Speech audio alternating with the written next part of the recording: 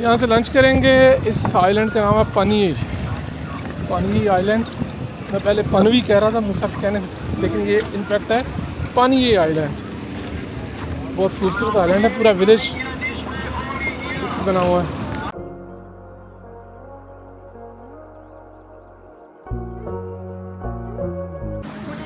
अभी आए हैं हम थांग नगा आइलैंड पे। यहाँ पे ये आखिरी आइलैंड है, यहाँ 1-2 घंटे का स्टे होगा, उसके बाद फिर यहाँ से वापसी।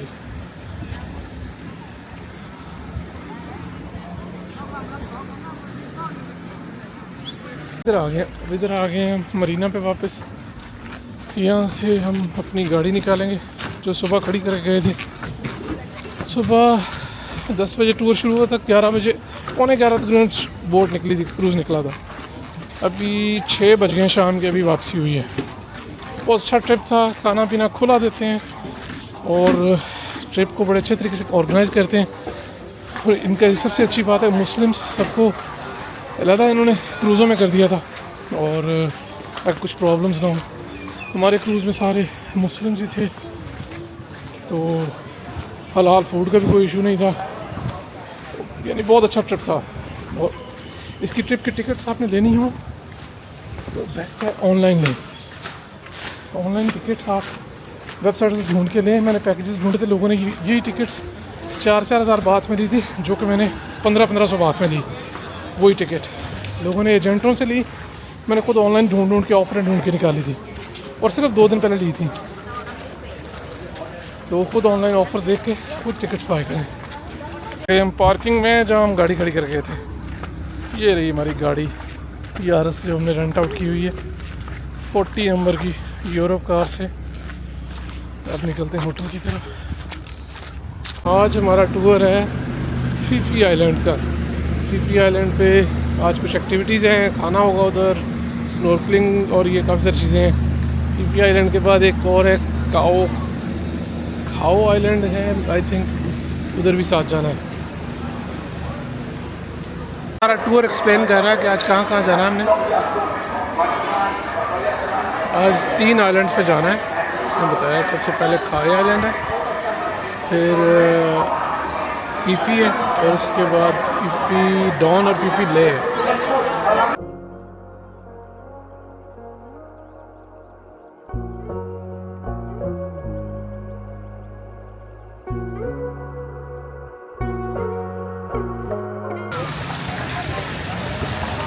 ये पानी बहुत क्लियर है, बहुत शैलो वाटर है, वाइट सैंड है, क्लियर पानी, बहुत खूबसूरत है।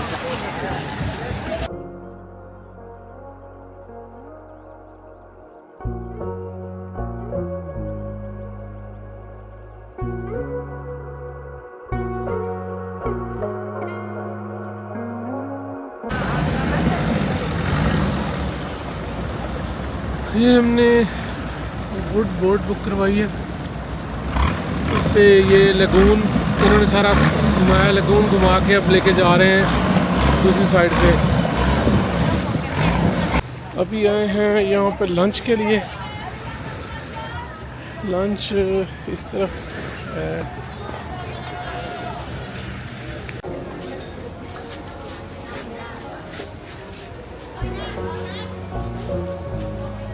फीफी आइलैंड का बाज़ार है, इसके साथ साथ ये लाइव लॉबस्टर्स, इनकी लाइव कुकिंग करके देते हैं मेरे ख्याल में।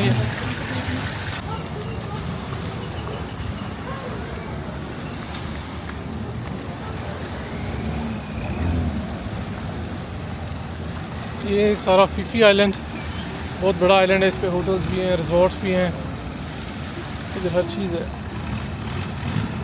यहाँ बड़ी फेरीज भी आती हैं, आप यहाँ आके कई दिन का स्टे भी ले सकते हो, 2-4 दिन रुकना चाहे रुक भी सकते हैं। बहुत सारी एक्टिविटीज़ हैं इधर, और आप डे ट्रिप भी ले सकते हैं इसका।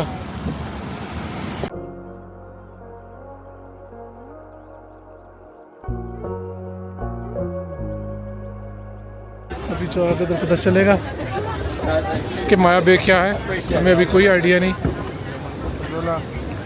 गोइंग टूवर्ड्स माया बे। ये है माया बे।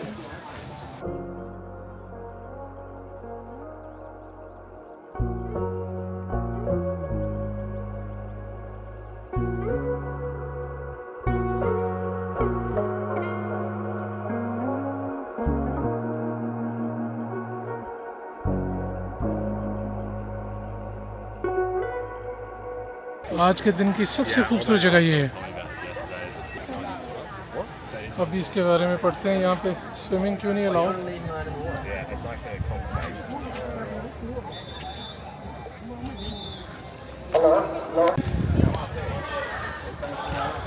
आज हमारा ट्रिप था ये फीफी आइलैंड का। फीफी आइलैंड के साथ था खाए आइलैंड और एक था बैम्बू आइलैंड और उसके साथ ये माया बे।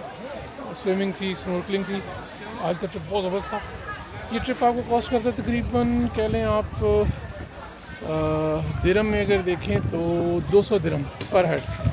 और दूसरा भी नॉर्मली सारे ट्रिप इसी रेंज में है, 200 दिरहम, 200 से 250 दिरहम तक सारे ट्रिप। और इसमें बुफे वगैरह भी होता है, पूरा दिन खाना भी होता है।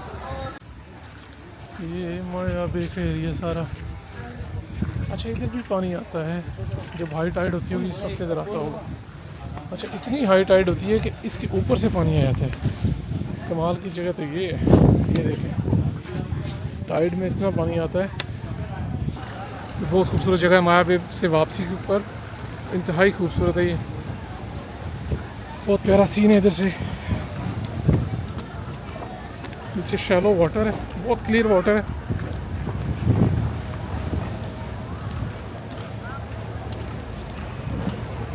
एक आइलैंड नज़र आ रहा है।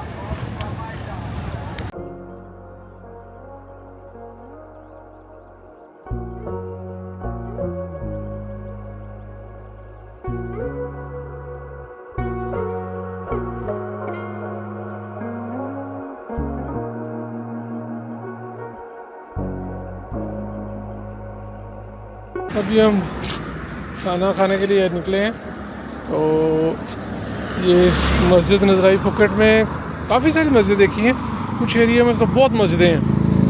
और मज़े की बात है कि फुकेट में ज़्यादातर मस्जिदों में तरावियाँ स्पीकर पे हो रही थी। अजान तो स्पीकर पे होती है, थाईलैंड में तरावियाँ स्पीकर पे हो रही हैं। तो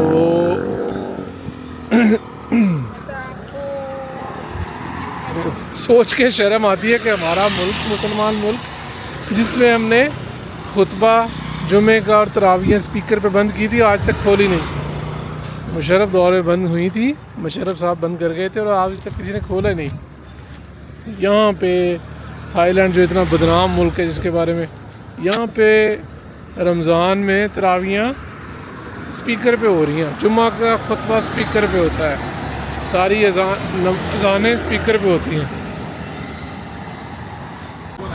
मस्जिद के सामने हमें फिर मिला ये डोनर कबाब वाला है भाई, बड़ा अच्छा मुसलमान बंदा है। और इसके पास हमें फिर हलाल डोनर और मूसा साहब तो बर्गर वगैरह खाएंगे। हमने एक इस्कंदर कबाब ऑर्डर किया और एक डोनर। टर्किश टेस्ट वैसे तो अच्छा ही होता है। हाँ जी, रात हम फुकेट इधर आते लेट हो गए थे थोड़ा। हमने एक बड़ा प्यारा अपार्टमेंट रेंट आउट किया था यहाँ पे।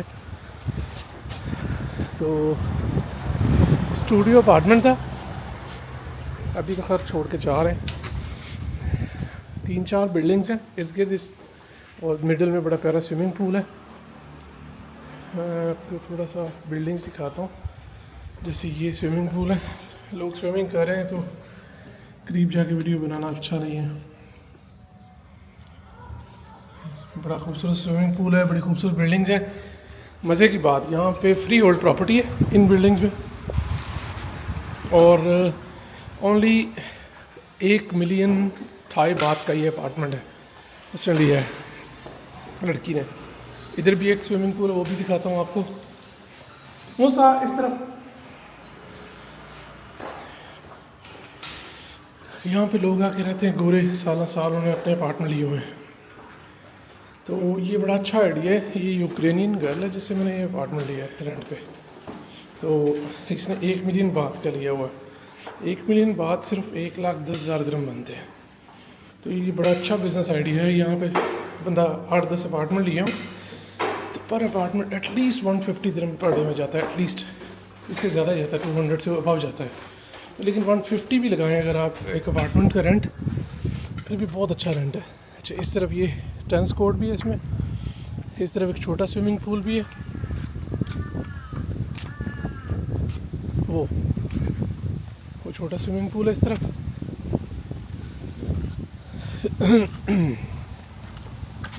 तो बहुत खूबसूरत अपार्टमेंट्स हैं और ये फुकेट में है।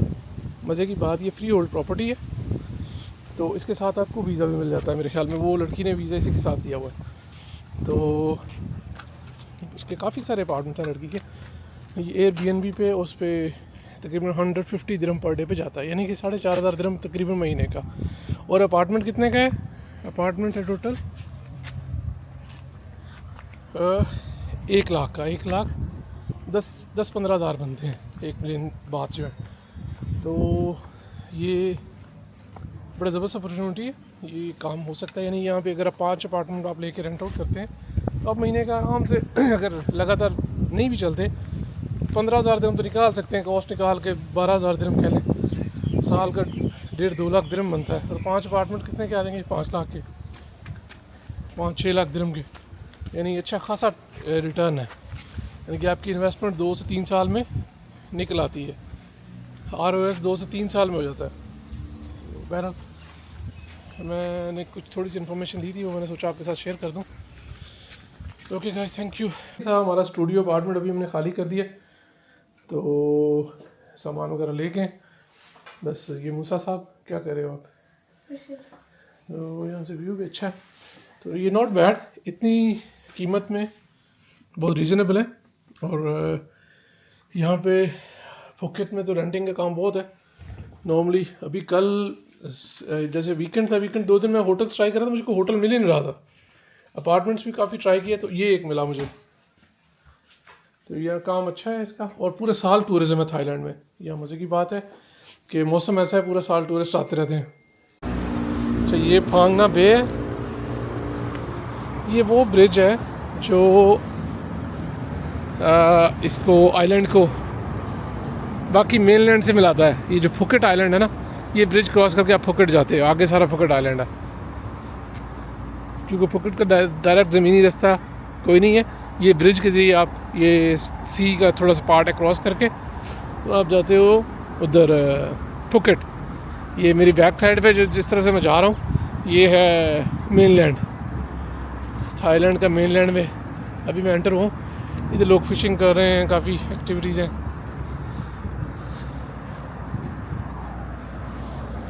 तो बेसिकली फुकेट एक आइलैंड है, लेकिन काफ़ी बड़ा आइलैंड है। कोई अगर पूरा चक्कर लगाएं एक कॉर्नर से दूसरे कॉर्नर तक तो 100 किलोमीटर्स बन जाता है तकरीबन ना। और यानी पूरा चक्कर लगा के एक साइड चलें और दूसरी साइड से वापस आए ना, तो एंड टू एंड 100 किलोमीटर बन जाता है तकरीबन। और इसके अंदर ज़्यादातर एक्टिविटीज़ जो हैं वो आपको वाटर एक्टिविटीज़ नज़र आएंगी, सी में लेके जाते हैं ज़्यादातर। और कुछ इंटरटेनमेंट्स वालों के लिए भी हैं, कुछ इंटरटेनमेंट्स वहाँ सिर्फ नौजवानों के लिए, जैसे नीदरलैंड में यहाँ पे है जो ख़राब लड़के हैं उनके लिए। नीदरलैंड में भी है, यहाँ पे भी। दुनिया के 2 मुल्क हैं जहाँ पे नशा फ्री है, जहाँ पे नशा यानी कि बाय लॉ लोग लीगली नशा कर सकते हैं, कुछ भी वीड और ये वो चीज़ें मिलती हैं यहाँ से। तो ये थाईलैंड में भी ऐसी है। बाकी थाईलैंड बहुत खूबसूरत है, देखने वाला भी है। यहाँ थाईलैंड के बारे में जब कोई बात होती है तो लोगों के जहन में ये आता है कि थाईलैंड सिर्फ ना गलत किस्म का टूरिज़्म है, यानी कि वाहियात और नशे और ये। लेकिन यहाँ पे अगर आप सिंपल घूमने फिरने आए, देखने आए, तो बहुत खूबसूरत भी है। आप उस तरफ ना जाएं, उन स्ट्रीट्स पे ना जाएं। तो ये फैमिली डेस्टिनेशन भी है, आप बहुत सारी जगहों पे फैमिलीज़ के साथ बड़ा इजी रिलैक्स कर सकते हैं। यहाँ मुस्लिम एरियाज़ बहुत ज़्यादा हैं। और कल रात जैसे मैं वीलॉग में बता रहा था, तरावियों की आवाज़ मुख्तलिफ़ मस्जिदों से आ रही थी। मैं जहाँ जहाँ से गुजर रहा था तरावियों की आवाज़ आ रही थी। और मुस्लिम एरिया भी बहुत हैं, हलाल रेस्टोरेंट्स भी बहुत हैं। बाकी बहुत खूबसूरत जगह देखने वाली। अभी ये ब्रिज पे मैं जा रहा हूँ ऊपर की तरफ। आगे ये बारादरी सी बनी हुई, ऊपर चढ़ के ऊपर से व्यू आता है कोई, वो लेके आता हूँ जाके। गाड़ी वो पीछे मैंने लगा दी कि गाड़ी आगे जाने का रास्ता बंद किया हुआ उन्होंने, गाड़ी ले जा नहीं सकते आगे।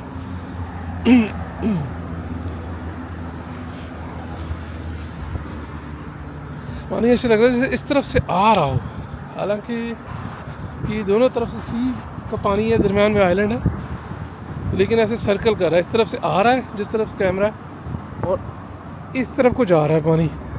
ये देखें, रिवर नहीं होता जैसे, हालांकि समंदर है दोनों तरफ, आइलैंड के दोनों तरफ चक्कर निकाल रहा है पानी।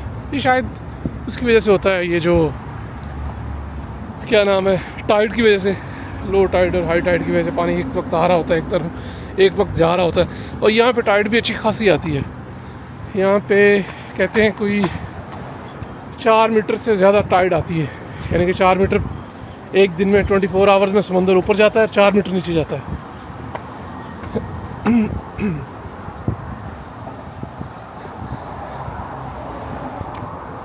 अभी इस वक्त मेरे ख्याल में हाई टाइड है, इस वक्त हाई टाइड है, हाँ समंदर फुल है। लो टाइड में ज़रा नीचे क्या होता है।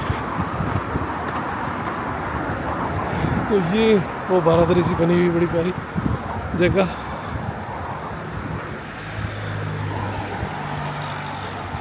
गर्मी है, थोड़े सांस में खड़े होकर वीडियो बनाता हूँ, सॉरी छाँव में खड़े होकर वीडियो बनाता हूँ और सांस ले लूँ।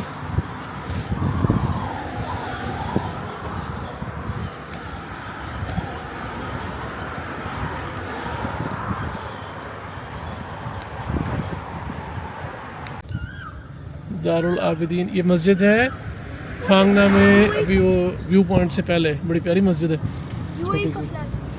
ओ यूएई का फ्लैग भी लगा हुआ है, शेख अब्दुल्ला, ये शेख अब्दुल्ला ने बनवाई पॉइंट है। समद मंगशी,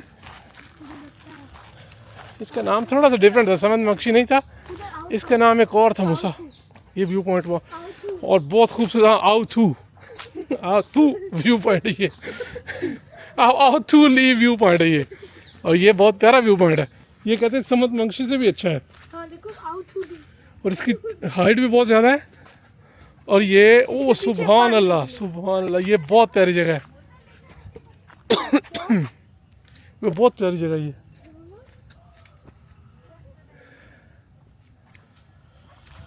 उफ, सुभान अल्लाह, ये बहुत प्यारा व्यू पॉइंट है।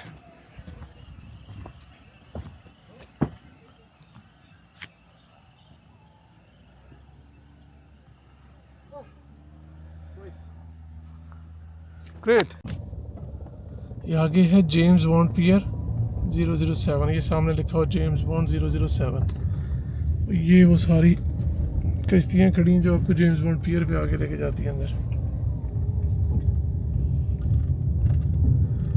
ये जेम्स बॉन्ड मूवी बनी थी ना जो, ये उस वक्त इस माउंटेन में, ये जो दरमियान में खड़ी ना माउंटेन, इस तरह की माउंटेन है, उस पर जेम्स बॉन्ड मूवी शूट हुई थी पूरी। अब इधर से पियर पे जाने का रास्ता है, देखते हैं रास्ता किधर से है, जगह तो सारी बंद पड़ी हुई है। तो अल्हम्दुलिल्लाह आज हमारा लास्ट डे इधर बैंकॉक में। अब एयरपोर्ट पे हमारा बोर्डिंग हो गया, क्यों मूसा, बोर्डिंग हो गया है शारजा के लिए एयर अरेबिया। तो अभी बस डिपार्चर एरिया में है, ऊपर जा रहे हैं। और हमारा ये टूर कंप्लीट हुआ अल्हम्दुलिल्लाह, मलेशिया का और थाईलैंड का। कुछ चीज़ें जो आपने ख्याल करना है आते हुए, एक तो आपने कैश अपने पास रखना डॉलर्स में, वो बेहतर है चेंज करना, और यहाँ से विड्रॉ नहीं करना। एटीएम से विड्रॉ ईच ट्रांजैक्शन 25 दिरहम चार्ज करते हैं अगर यहाँ से विड्रॉ करना होगा, और फिर एक्सचेंज रेट में भी नुकसान होता है। दूसरी चीज़, अगर आप यहाँ से कार्ड में, अगर क्रेडिट कार्ड आपका है जिस पे इंटरनेशनल ट्रांजैक्शन के चार्ज नहीं होते, वो यूज़ करें। और उसके बाद बाकी तो चीज़ें बस नॉर्मल कैश कैरी करें अपने साथ। बाकी मोस्ट प्री बुक्ड चीज़ें आप होटल प्री बुक करें, सारा कुछ, वो भी बेहतर होता है क्योंकि वो अच्छी ऑफ़र्स मिल जाती हैं आपको।